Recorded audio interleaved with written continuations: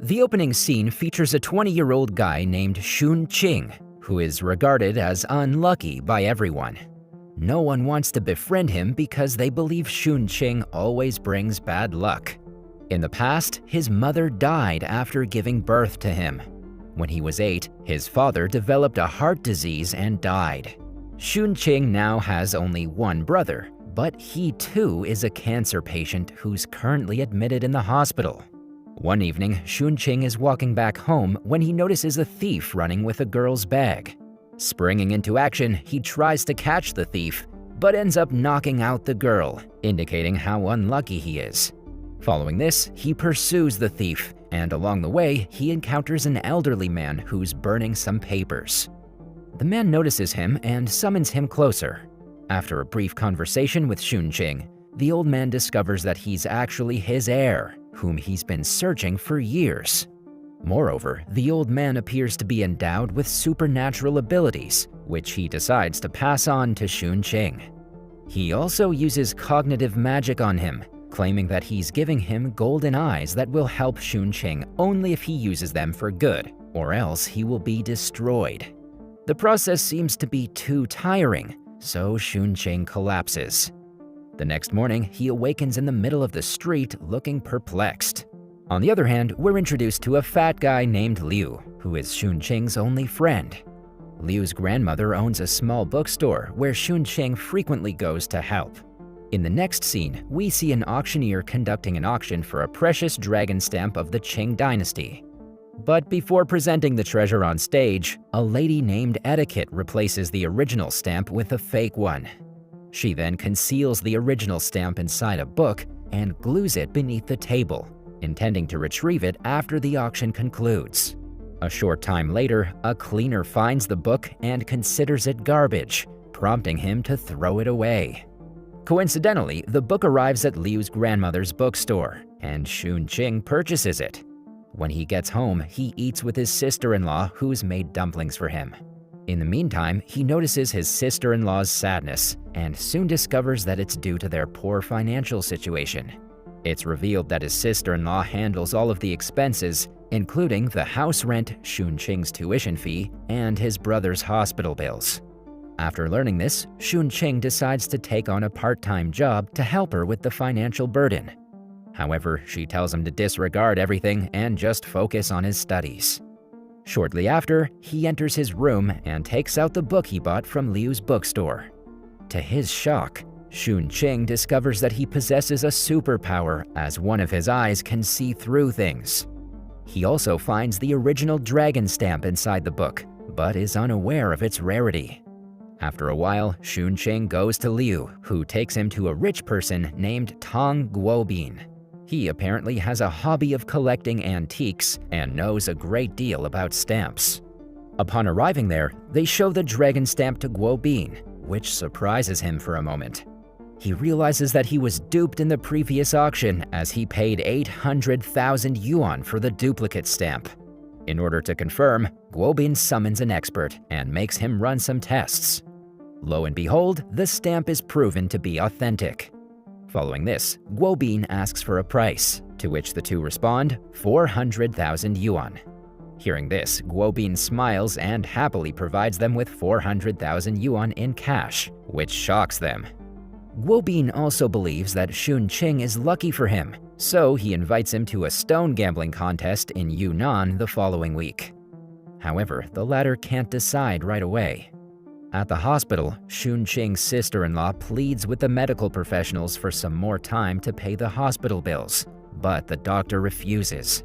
Shortly after, Shun Qing arrives there and pours the money on the doctor's desk. He then arrogantly asks if this amount is sufficient to treat his brother. But the doctor responds that his brother must undergo surgery, which costs 1 million yuan. When he realizes that the money is still insufficient, he goes to the lottery shop and uses his power to see through the cards, only to discover that the rewards are very small. Following this, he recalls Guobin's invitation and goes to his place in hopes of making money. In the next scene, both of them fly to Yunnan and are welcomed by a well-known stale maker named Meng Shicheng. After sharing an expensive tea at Meng's place, Shun Qing heads to the restroom. But as he walks out, he comes across the same girl he knocked out previously.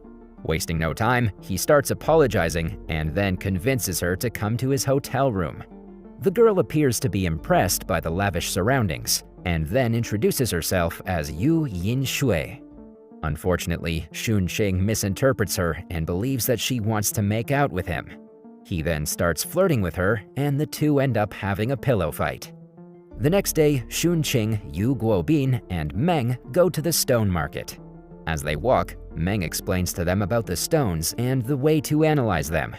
According to him, whoever finds a precious jade inside the stone will be wealthy because jewelers will make immediate offers. Afterwards, Shun Qing uses his power to locate the stone with a jade. They all then proceed to the store, whose owner appears to be a dark-hearted man named Bai Shangjun. After this, they buy a stone and have it cut, only to discover that it's a red jade. When Bai notices this, he seizes the stone and declares that it's not for sale. Enraged, Meng confronts him, but Bai offers to settle the argument with a gambling match. Everyone is taken aback by the strange challenge, but Shun Qing, who's confident in his abilities, agrees to proceed. As the group returns, they're approached by a group of armed gangsters. Shun Qing and Yu run in one direction, while Gu Bin and Meng run in the opposite direction. Unfortunately, Yu is a bit slow, so she is caught by a gangster. She's then about to be attacked, but right then, Shun Qing comes in between. He manages to kick the gangster and take Yu away, but in the process, he injures his hand. Upon reaching the hotel, Gu Bin asks Meng for the reason why Bai despises him so much, to which Meng responds that they were college friends and are now business rivals. Hearing this, Guo Bin believes Bai is the one who sent the gangsters. On the other hand, Yu looks after Shun Qing, and their bond appears to be growing stronger. The next day, Shun Qing takes Yu to a mall for shopping, and while she's trying on clothes, Bai's men abduct Shun Qing. He's then taken to a car, where Bai offers him 1,000,000 yuan in exchange for working for them. However, Shun Qing believes it's wrong, so he refuses the offer and prepares to leave. However, Bai stops him and gives him an ultimatum. If he doesn't lose the challenge, he will never see his hospitalized brother as well as his friends ever again.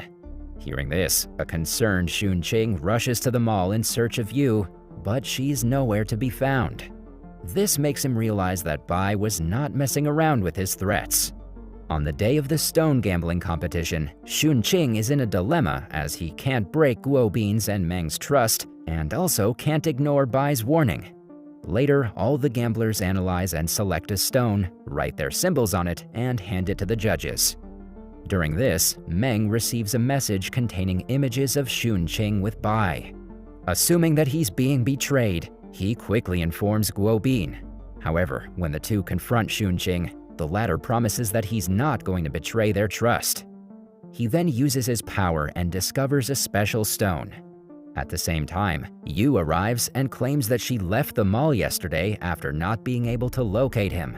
Seeing her, Shun Qing finally becomes relieved. A few moments later, the jury begins to cut the stones. While cutting Bai's stone, they discover a rare diamond-shaped jade. Meng is saddened by this, believing that Bai will win the competition as it is a precious jade that's used to carve Buddhist artwork. It's later revealed that Bai bribed the judges and chose the pre-selected stone in order to impress his boss, Kai Tuo. Meanwhile, Shun Qing uses his golden eyes to examine his stone and confidently draws cut lines for the person in charge of cutting the stone. To everyone's shock, the stone turns out to be the rarest octagonal jade bead. This makes Shun Qing the winner of the stone gambling competition, much to Bai's dismay. Later in the evening, Shun Qing is with Yu when he presents her with a lovely bracelet. This makes her happy and she hugs him, and it's appearing that their bond is getting deeper and deeper. On the other hand, Bai is on a video call with his boss, who's berating him for losing the competition. Bai begs him for another chance and promises to deliver the dragon stamp to him. Hearing this, Kai Tuo gives him one last chance, warning him not to fail. Elsewhere, Shun Qing and his friends are at the auction for his valuable jade bead. The precious stone sells for a whopping 8 million yuan, making him overjoyed. After the auction, Guo Bin walks onto the stage and displays 2 dragon stamps. He rips the fake one in front of everyone, emphasizing that there is only one dragon stamp. Following this, Meng invites all of them to a bonfire party to celebrate their stone gambling win. Unfortunately, while everyone is busy enjoying themselves, Guo Bin is kidnapped by Kai Tuo's men. Xun Qing and his friends soon learn of this, but they're clueless on what to do. Just then, Xun Qing receives a call from Kai Tuo, informing him that Guo Bin will only be released in exchange for the dragon stamp. Afterwards, Bai visits his boss's place and apologizes for his failure. Kai Tuo claims that he lost 80 million yuan because of Bai and orders him to pay back. In order to save himself, Bai reveals that the dragon stamp is actually a map that leads to a hidden treasure worth billions of yuan. He also mentions that Kai Tuo, being a foreigner, is not permitted to enter the treasured area, so he proposes to do it himself. Unfortunately, Kai Tuo doesn't fall for it, and instead, he laughs and stabs Bai for being clever. On the other hand, Xun Qing, Yu, and Meng sneak into Kai Tuo's place in order to rescue Guo Bin. They work together to defeat the guards and make their way inside. Unfortunately, they notice that Guo Bin is in a cage with a time bomb attached to it. Xun Qing tries to defuse the bomb with his powers, but he's unable to focus. Just then, Kai Tuo walks in and holds them at gunpoint, demanding the stamp. Xun Qing innocently obliges and asks him to release Guo Bin. However, Kai Tuo refuses, claiming that only the dead keep their promises. Just when all hopes seem to be lost, Yu distracts Kai Tuo with her bracelet, and the other 2 grab his gun. Simultaneously, the police also arrive and arrest Kai Tuo and his gang. In this way, the bad guys are finally put behind bars. In the final scene, Xun Qing sees the same old man, who informs him that he's imparting the theurgy of seeing the past, which is another skill of GoldenEye's.